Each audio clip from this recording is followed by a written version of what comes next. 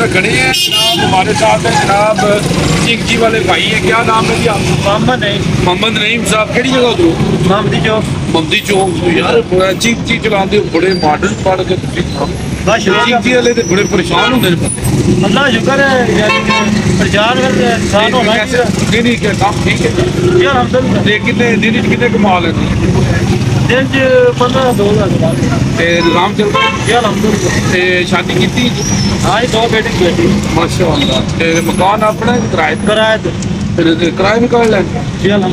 सही निजाम जा माशाअल्लाह। शेव भी की है तो पूरे बंदे तो परेशान होते हैं तो तुसी तो बड़ा लशपन की है। साफ सुथरा बंदा इज्जत होंदी है। आया गल है साफ सुथरा तो रहना चाहिए। सही है रमजान आ रहे रमजान के डिस्काउंट दे रहे हो आप लोग इंशाअल्लाह जनाब जिन्हें जो नहीं के मसले कितने अपने लै रहे हो? मम्मी चौक के कितने लै रहे हो? इधर से 50 से सारी नहीं सालम के कितने लै रहे मम्मी चौक? इधर से 200 में चले जाते हैं।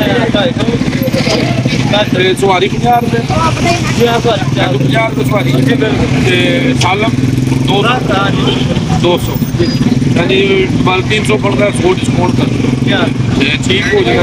पेट्रोल महंगा है कैसे? पेट्रोल तो महंगा है, गैस आजकल सस्ते है।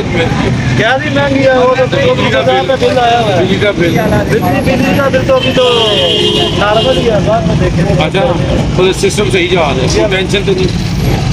अल्लाह की बात में भरोसा रखना चाहिए। केड़ी जगह दे असली कोई रात थी, कोई रात को कितने लमाओ वैसे मैं बात चला गया था ना कोई बेटा अच्छा इसलिए करेगा ना सही है।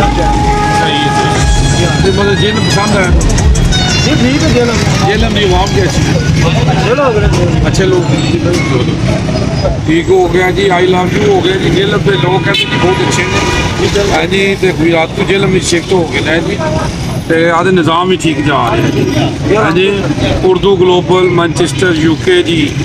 हाँ जी आपकी आवाज़ जावा जी जेल।